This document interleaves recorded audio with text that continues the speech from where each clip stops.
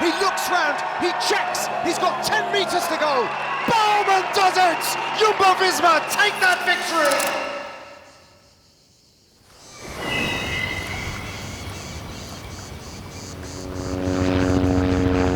I feel good. I was training hard before to come here to this race, a special race. I have my first World Tour victory here in Giro d'Italia, and I like the race, so I'm happy. The Giro d'Italia is heating up, and today, the attackers and the general classification contenders are called to make their move. The gaps in the overall standings are minimal, and everything could change. Time bonuses on the line could make all the difference. The race is still in Calabria as Praia Mare once again welcomes the Giro d'Italia. This small town has a special connection with the race. 10 years ago, Diego Lease crossed the line solo here, claiming one of his 8 Giro stage victories. È una tappa dura, tosta, il meteo non sembra dei migliori, quindi partiamo concentrati sin dall'inizio che ci aspettano subito una bella salita. Dai, speriamo di essere tra protagonisti anche oggi. But the real star of the day is Basilicata. After the coastal start, the race heads inland towards Potenza. The regional capital preserves its distinctive medieval architecture, making it a popular tourist destination. The vertical city returns as a stage finish exactly 4 years after Koen Boumann's victory. That victory! It's close! Yeah, of course, a special feeling. Also special to come back there and have a finish place again in Potenza.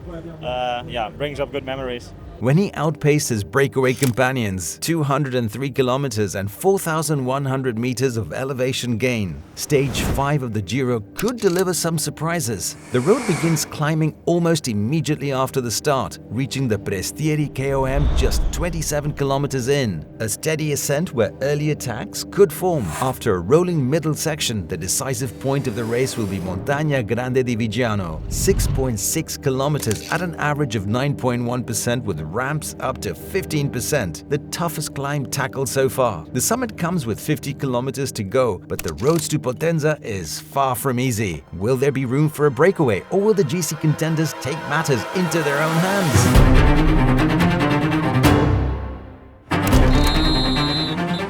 A cloudy sky welcomes the Giro d'Italia in Praia Mare. From the very first kilometers, many riders try to break away from the peloton. Attacks and counter-attacks make it a real battle. Today, everyone seems to share the same goal: get into the breakaway.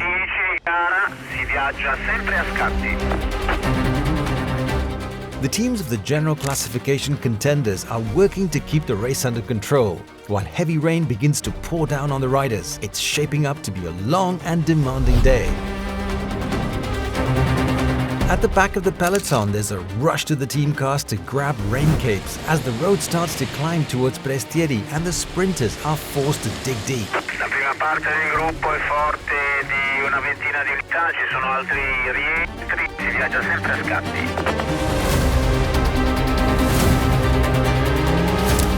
Team Visma Lease bike led by Jonas Vingegaard immediately tries to make the race hard, but none of the GC riders want to be caught off guard. The rain keeps getting heavier, making conditions even more challenging. After more than 20 kilometers, Afonso Eulalio, former Maglia Rosa Guillermo Tomás Silva and Enric Rubio managed to gain a small advantage, with Rubio crossing first at the Prestieri KOM, but the peloton is still just over 20 seconds behind. Teams will be more than pleased to leave this stage to the breakaway. As Enric Rubio crossing the KOM in first position, followed by Silva and Eulalio.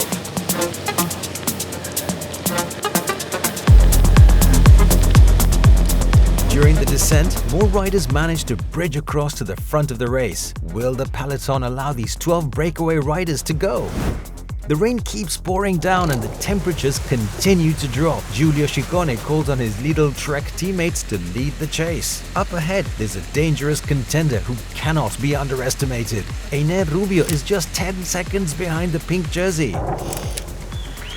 Kilometer after kilometer, the advantage of the breakaway group grows. It's made up of Eulalio, Milesi, Rubio, Turner, Garofoli, Campenaerts, Arrieta, Schotta, Scaroni, Tomas Silva, Cosenza stage winner Narvaez, and breakaway specialist Tarozzi, who crosses first at the intermediate sprint in Francavilla Insigni. Traguardo volante di Francavilla Insigni, primo il numero 25 Tarozzi, seconda posizione per il 133 Garofoli, terzo il numero 192 Arrieta.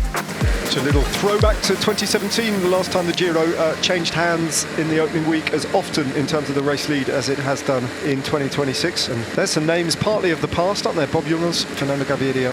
Team Visma's tactic is clear. Send a rider up the road in anticipation of an attack from Vingegaard. The Dane chooses Campenaerts, his most trusted teammate, who helps carry the breakaway to a lead of over 2 minutes. Meanwhile, Rafferty pulls off an incredible solo move that brings him back to the head of the race.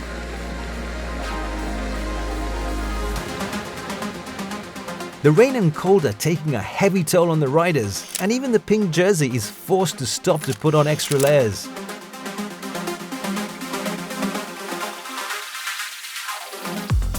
The kilometers fly by in what is a long and brutal stage where anything can happen. Nuovo controllo cronometrico 2 minuti e 30 secondi di ritardo per il gruppo. The race approaches the start of the Montagna di Viggiano climb, and Team Red Bull Bora Hansgrohe comes to the front. Who will be the first to attack?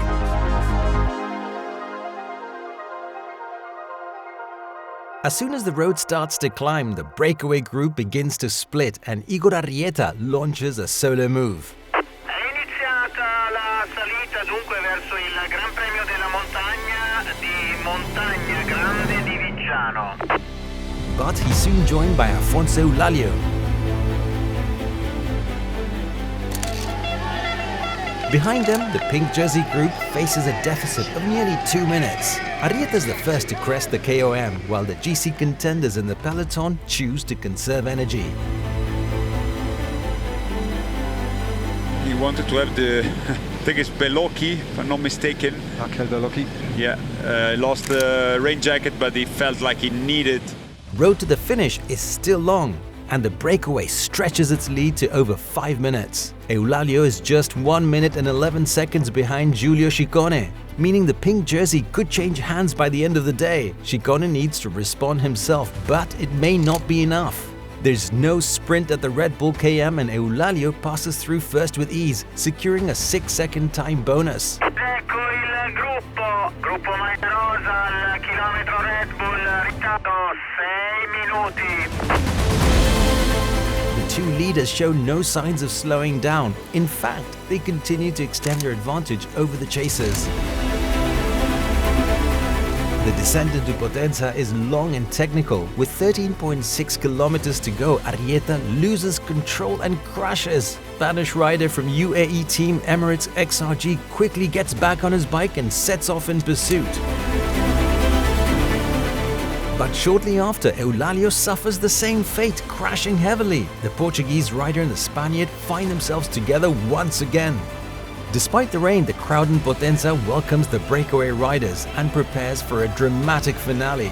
With around 2 kilometers to go, Arrieta takes a wrong turn, doubles back and launches another chase. But it's not over yet. Out for Arrieta! Arrieta throwing the kitchen sink at his last chance of taking the stage win here. Arrieta shuts down Eulalio, gets onto his wheel, and he is back again for the second time. Igor Arrieta, the man who will not be beaten. An effort of pure willpower, an immense strength, and Arrieta takes astonishing victory here ahead of the new Maglia Rosa, Eulalio. But hats off to both these riders.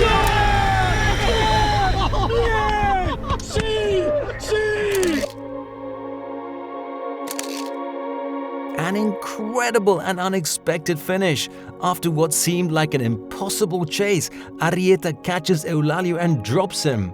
The Spanish rider delivers a perfect ending, securing a second consecutive victory for UAE Team Emirates XRG. The first chasers crossed the line 50 seconds behind, while the peloton finishes more than 7 minutes later.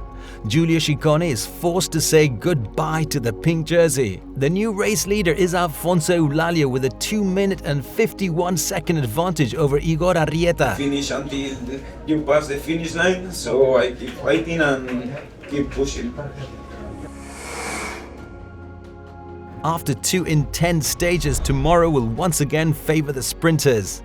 The 141 kilometers from Bestum to Naples are relatively straightforward, with the only climb being Cava de Tirreni after just 40 kilometers. From there, it's a long run into the finish in Naples, where a bunch sprint is expected.